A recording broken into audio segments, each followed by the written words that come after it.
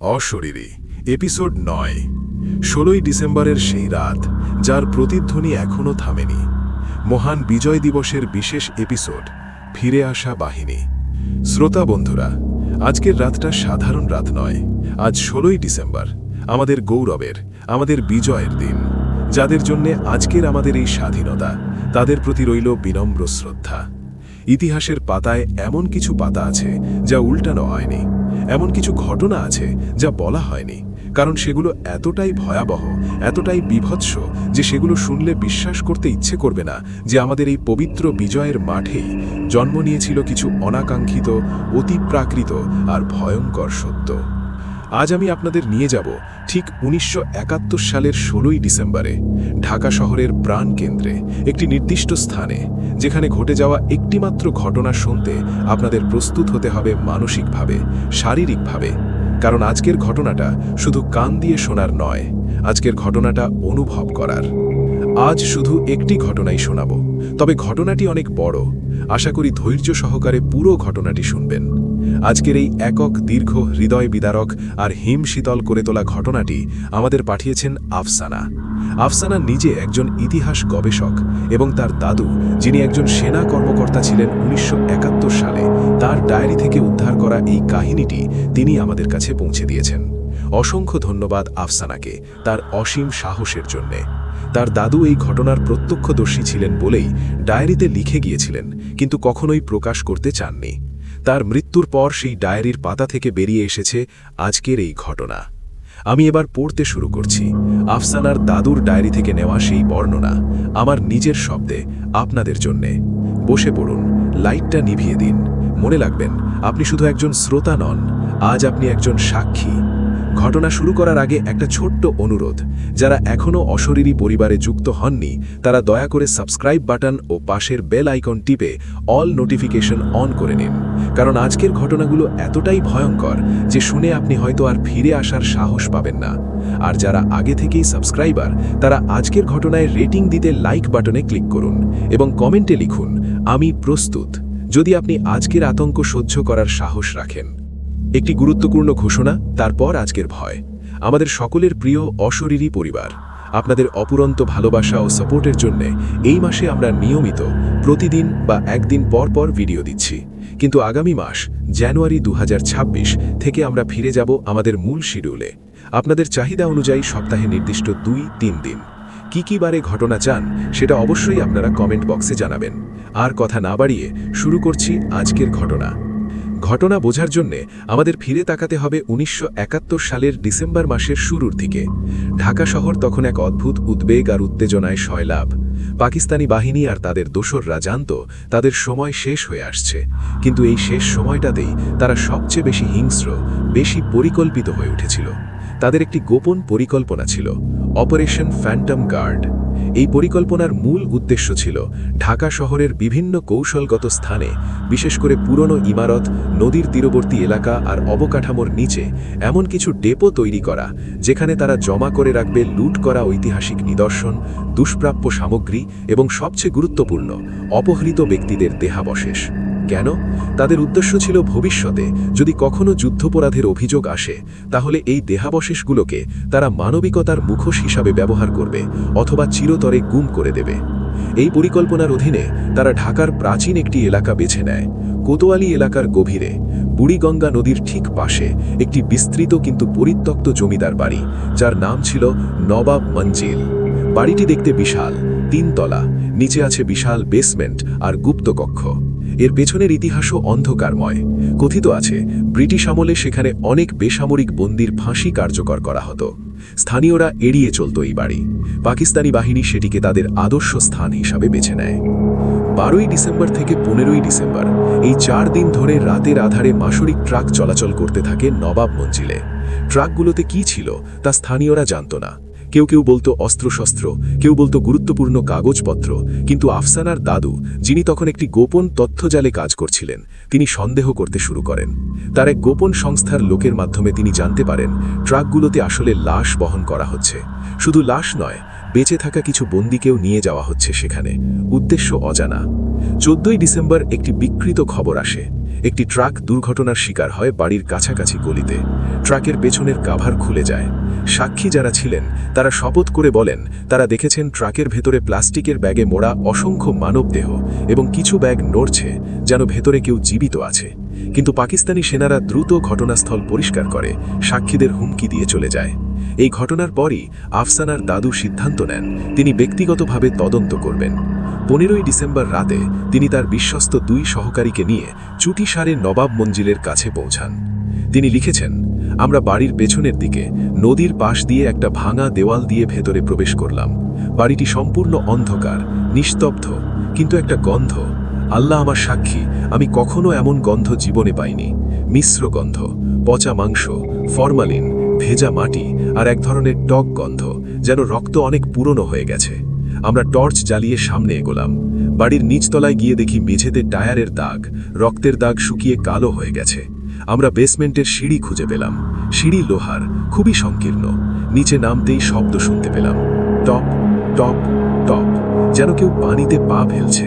আর একটা শব্দ, চিবানোর শব্দ, শুকনো, কর্কশ। আমরা সাহস করে নিচে নেমে টর্চের আলো ফেললাম। যা দেখলাম তা আমার দুঃস্বপ্নেও আসেনি। বেসমেন্টটা বিশাল, একটি পুরো ফুটবল মাঠের সমান।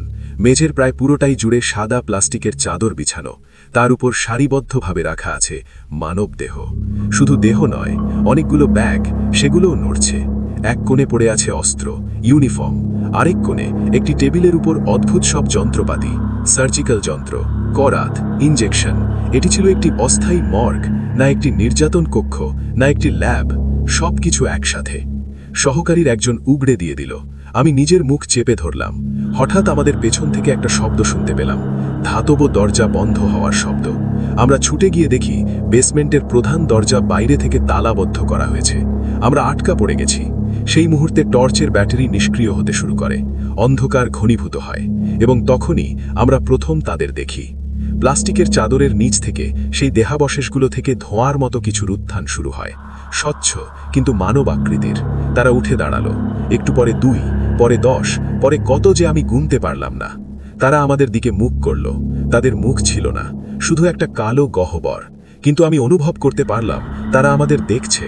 আর শব্দ, কান্না, আহাজারি, আর্তনাদ, সেটা কানে শোনা যায় না, কিন্তু মাথার ভেতরে সরাসরি বেজে ওঠে, যেন স্নায়ুর উপর চাপ দিয়ে কথা বলছে। তারপর একটা সত্তা, আমি অন্য কথায় ডাকতে পারবো না, এগিয়ে এলো। সে একটু বেশি ঘনীভূত ছিল। তার কাঁধে একটা কালো ইউনিফর্মের আভাস ছিল। সে আমার দিকে হাত বাড়ালো এবং আমার মাথার ভেতরে একটা কথা ভেসে উঠল, স্পষ্ট বাংলায়, আমাদের কবর দাও, আমাদের নাম বলো, আমাদের স্মরণ করো। কথাগুলো এতটাই বেদনায় ভরা ছিল যে আমার বুক ফেটে যাচ্ছিল। আমি কথা বলতে পারছিলাম না, শুধু মাথা নেড়ে সম্মতি জানালাম। হঠাৎ ওপর থেকে বিকট শব্দ শোনা গেল, সম্ভবত গোলাগুলির শব্দ। সেই সত্তাগুলো সাথে সাথে মিলিয়ে গেল, যেন বাতাসে মিশে গেল। বেসমেন্টের দরজা খুলে গেল, বাইরে থেকে আলো আসতে লাগলো। আমরা বেরিয়ে এসে দৌড় দিলাম, পেছনে তাকালাম না। এই পর্যন্ত ডায়েরি, কিন্তু ঘটনা এখানেই শেষ নয়। 16ই ডিসেম্বরের প্রধান ঘটনাটি তখনও বাকি। 16ই ডিসেম্বর সকাল থেকেই ঢাকা শহরে বিজয় উল্লাস। আফসানার দাদু কিন্তু শান্ত হতে পারছিলেন না। বেসমেন্টের দৃশ্য তার চোখের সামনে ভাসছিল। তিনি জানতেন, আজ যদি কিছু না করা হয় তাহলে সেই আত্মারা চিরতরে সেই বদ্ধ স্থানে আটকা পড়ে থাকবে, কিংবা আরও ভয়ানক কিছু হতে পারে। তিনি তার ঊর্ধ্বতন কর্মকর্তাকে সব কথা জানান, কিন্তু সেদিন সকলের মনোযোগ ছিল আনুষ্ঠানিক আত্মসমর্পণ এবং উদযাপনে। তাকে বলা হয় বিষয়টি পরে দেখা হবে, কিন্তু তার দাদুর মনে হচ্ছিল পরে বলে কিছু থাকবে না। তিনি নিজে কিছু করতে চাইলেন। বিকেল 5টার দিকে তিনি রফিক নামের একজন সাহসী মুক্তিযোদ্ধাকে নিয়ে, যার ভাইও সেই বেসমেন্টের বন্দী ছিল বলে সন্দেহ ছিল, তারা আবার নবাব মঞ্জিলের দিকে রওনা দিলেন। এবার তারা সামনাসামনি যাবেন। উদ্দেশ্য স্থানীয় মুক্তিযোদ্ধা ও স্বেচ্ছাসেবক সংগ্রহ করে বেসমেন্ট পরিষ্কার করা, দেহাবশেষগুলো উদ্ধার করে সৎকারের ব্যবস্থা করা। তারা সেখানে পৌঁছান সন্ধে 6টার দিকে। বাড়িটা এবারও নিস্তব্ধ, কিন্তু ভিন্নভাবে। আগের রাতের সেই ভয়ের পরিবেশ না, বরং একটা গম্ভীর, শোকগ্রস্ত পরিবেশ, যেন বাড়িটা নিজেই শোকার্ত। তারা দরজা ভেঙে ভেতরে ঢোকেন। ভেতরে বিশৃঙ্খলার ছাপ। পালানোর সময় পাকিস্তানি সেনারা অনেক কিছু ফেলে রেখে গেছে। তারা সরাসরি বেসমেন্টে যান। বেসমেন্টের দরজা খোলা। ভেতরে টর্চ জ্বালিয়ে দেখেন শূন্য, একদম খালি। প্লাস্টিকের চাদর, দেহাবশেষ সব গায়েব। শুধু মেঝেটা ভিজে, মনে হচ্ছে সদ্য ধোয়া হয়েছে, এবং পুরো জায়গা জুড়ে একটা ঠান্ডা বাতাস বইছে, যেন অনেকগুলো পা একসাথে চলছে। তারা হতবাক। রফিক চিৎকার করে বলল, তারা সব গেল কোথায়? আমার ভাইয়ের দেহ। হঠাৎ ওপরের তলা থেকে পিয়ানো বাজার শব্দ শোনা গেল। ধীর, করুণ, বিকৃত একটি সুর। রবীন্দ্রনাথের আমার সোনার বাংলার সুর, কিন্তু ভয়ানক ধীর গতিতে। মেজর স্কেল থেকে মাইনার স্কেলে পরিবর্তিত। তারা দুজন হাতে অস্ত্র নিয়ে ওপরের তলায় দৌড়ে গেলেন। ওপরে মূল হলরুমে তারা যা দেখলেন তা এই জাগতিক ব্যাখ্যার বাইরে। ঘরটি ১৯ শতকের জমিদারি আমলের মতো সজ্জিত। ভারী পর্দা, পুরনো ফার্নিচার, ঝাড়বাতি, কিন্তু সবকিছুর ওপরে একটা ধোঁয়াশা লেপ্টে আছে। ঘরের মাঝখানে একটা লম্বা ডাইনিং টেবিল, তার ওপর মোমবাতি জ্বলছে। টেবিলের চারপাশে চেয়ারে বসে আছে মানুষ। না, মানুষ আকৃতির কিছু সত্তা। তারা অস্পষ্ট, যেন টেলিভিশনের স্ক্রিনে নয়েজের পিছনে কেউ বসে আছে। তাদের সংখ্যা প্রায় ৪০-৫০ জন। আফসানার দাদু ও রফিক দরজার পাশে দাঁড়িয়েছিলেন, নিশ্চল। টেবিলের মাথায় বসা একটি সত্তা মাথা ঘুরিয়ে তাদের দিকে তাকালো। তার আকৃতি অন্যান্যদের চেয়ে স্পষ্ট। তার পরনে ছিল ছিন্ন ভিন্ন ধুতি পাঞ্জাবি। সে হাত দিয়ে ইশারা করল টেবিলের ফাঁকা ২ চেয়ারের দিকে, আমন্ত্রণ। ভয়ে কাঁপতে কাঁপতে তারা ২ চেয়ারে গিয়ে বসলেন। বসার সাথে সাথেই তারা অনুভব করলেন তারা আর এই ঘরে বসে নেই। তারা যেন একটা লাইভ টেলিভিশন শো দেখছেন, যেখানে ১৯৭১ সালের মার্চ থেকে ডিসেম্বর মাসের বিভিন্ন নৃশংস দৃশ্য একের পর এক চলে আসছে। অপারেশন সার্চ লাইটের গণহত্যা, মিরপুরের হত্যাকাণ্ড, রায়ের বাজার বৌদ্ধভূমি, ধলাই চা বাগানের নির্যাতন, সবকিছু। কিন্তু তারা দর্শক নন, তারা অংশগ্রহণকারী। তারা প্রতিটি দৃশ্যের ভেতর নিজেদের উপস্থিতি অনুভব করলেন। তারা দেখলেন কিভাবে পাকিস্তানি সেনারা বেসমেন্টে বন্দীদের ওপর পরীক্ষা নিরীক্ষা চালাচ্ছে, কিভাবে জীবিত মানুষকে প্লাস্টিকে মুড়ে ফেলছে, কিভাবে শেষ মুহূর্ত পর্যন্ত তাদের ওপর অত্যাচার চালানো হচ্ছে। এই প্রজেকশন চলাকালীন তারা টেবিলে বসা অন্যান্য সত্তাদের মুখচ্ছবি স্পষ্ট হতে দেখলেন। তারা সেই সব বন্দী, সেই সব শহীদ। তাদের চোখে ভয় নয়, বরং এক গভীর যন্ত্রণা এবং প্রত্যাশা। তারা এই ২ জীবিত মানুষকে তাদের গল্পের বাহক বানাতে চাচ্ছে। দৃশ্যায়ন শেষ হলো। ঘরটা আবার আগের অবস্থায় ফিরে এলো। টেবিলের মাথার সত্তাটি এবার সরাসরি কথা বলল, কিন্তু তার কথা মুখ দিয়ে নয়, মনে মনে। আফসানার দাদু লিখেছিলেন, তার কথা আমার মগজে খোদাই হচ্ছিল। সে বলল, আমাদের নাম মুছে ফেলা হচ্ছে, আমাদের ইতিহাস বিকৃত হবে, আমাদের লাশগুলোকে তারা প্রমাণ হিসেবে ব্যবহার করবে না, বরং নিশ্চিহ্ন করবে। তুমি একমাত্র ব্যক্তি যার কাছে আমাদের সত্যিকারের গল্প আছে। তোমাকে এটা বলতে হবে, মানুষকে জানাতে হবে আমরা কিভাবে মরেছি। শুধু মৃত্যু নয়, মৃত্যুর আগে আমাদের কি করা হয়েছে। আমি জিজ্ঞেস করলাম, তোমাদের দেহগুলো কোথায়? সে উত্তর দিল, নদীতে, গর্তে, ইট ভাটায়, ছড়িয়ে ছিটিয়ে।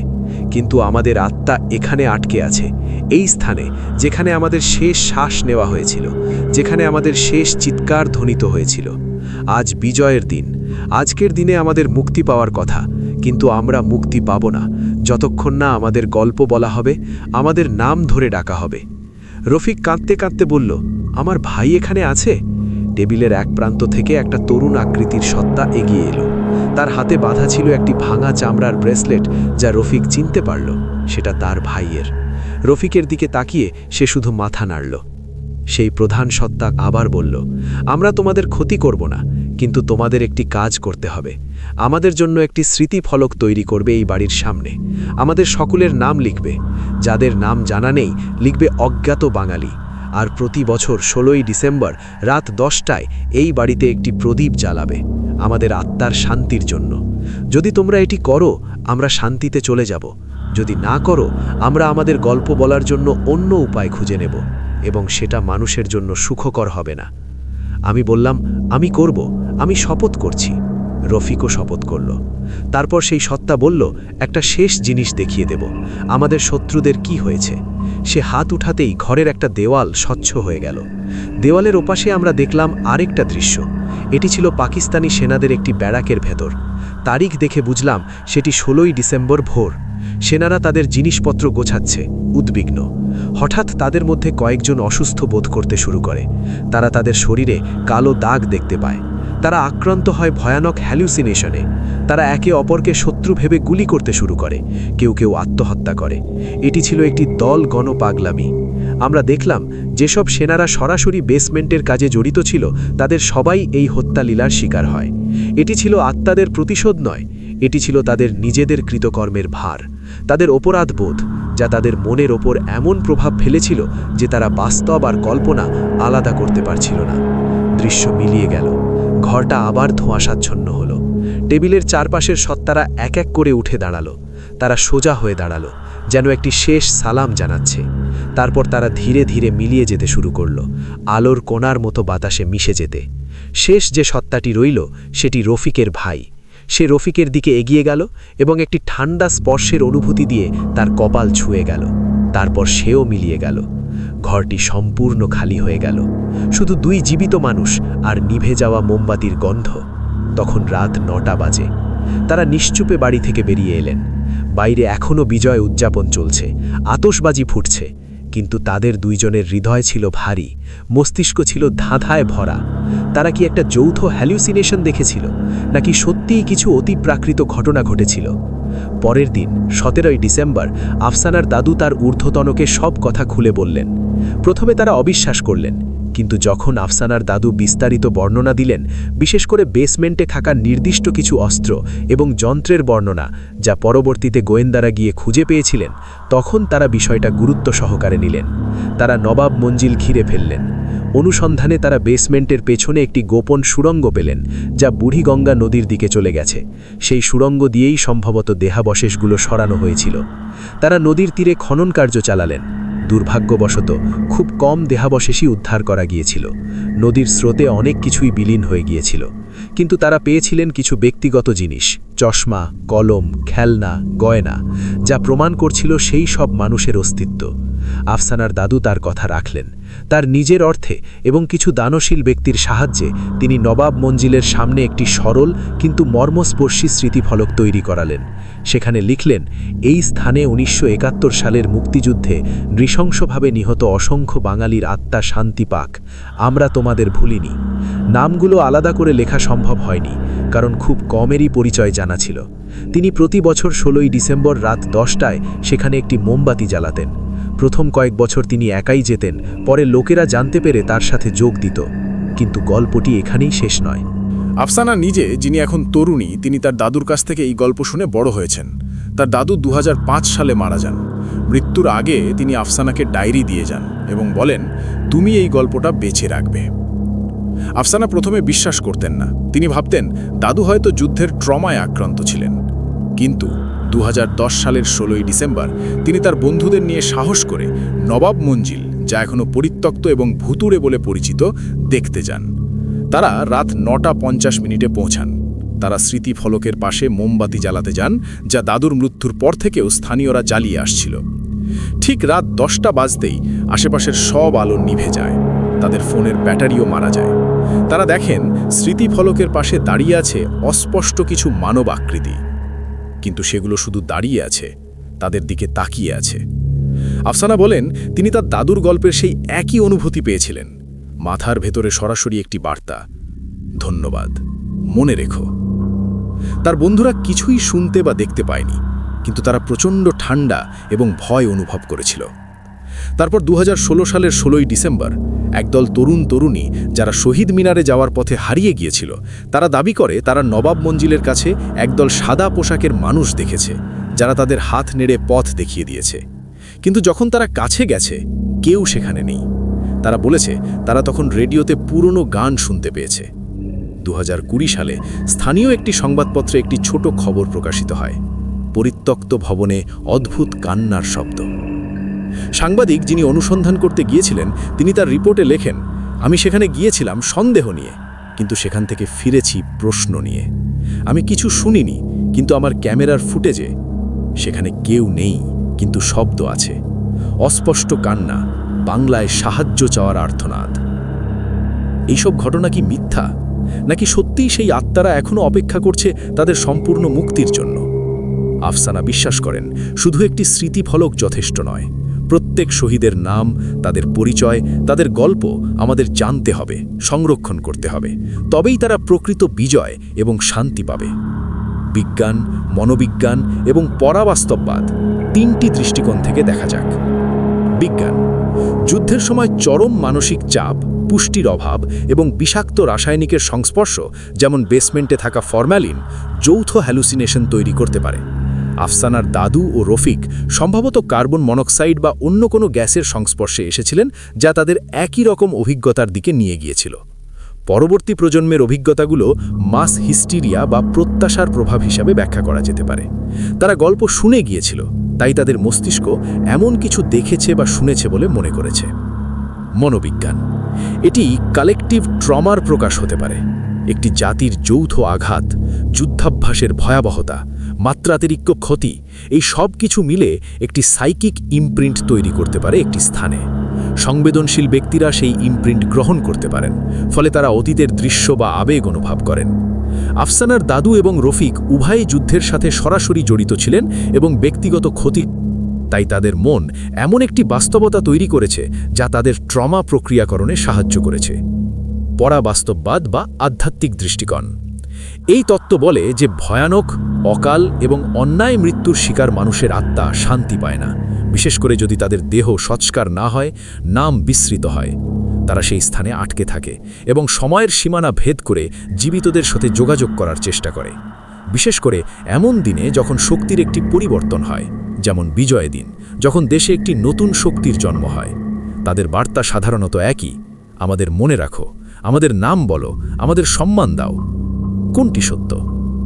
আফসানা বলেছেন, আমার কাছে দাদুর অভিজ্ঞতা সত্য, কারণ এর পরে তিনি সম্পূর্ণ বদলে গেছিলেন। তিনি আর কখনো হাসতেন না। তিনি নিঃশব্দে কাজ করে গেছেন শহীদের স্মৃতি রক্ষায়। এতটাই গভীর প্রভাব শুধু হ্যালুসিনেশন তৈরি করতে পারে না। শ্রোতা বন্ধুরা, এই দীর্ঘ কাহিনীটি শেষ করার আগে আমি আফসানার দাদুর ডায়েরির শেষ লাইনগুলো আপনাদের শোনাতে চাই, যা তিনি তার মৃত্যুর কিছুদিন আগে লিখেছিলেন। আমি আজও রাতের বেলা শব্দ শুনি, পায়ের শব্দ, ফিসফিস শব্দ, কিন্তু আমি আর ভয় পাই না।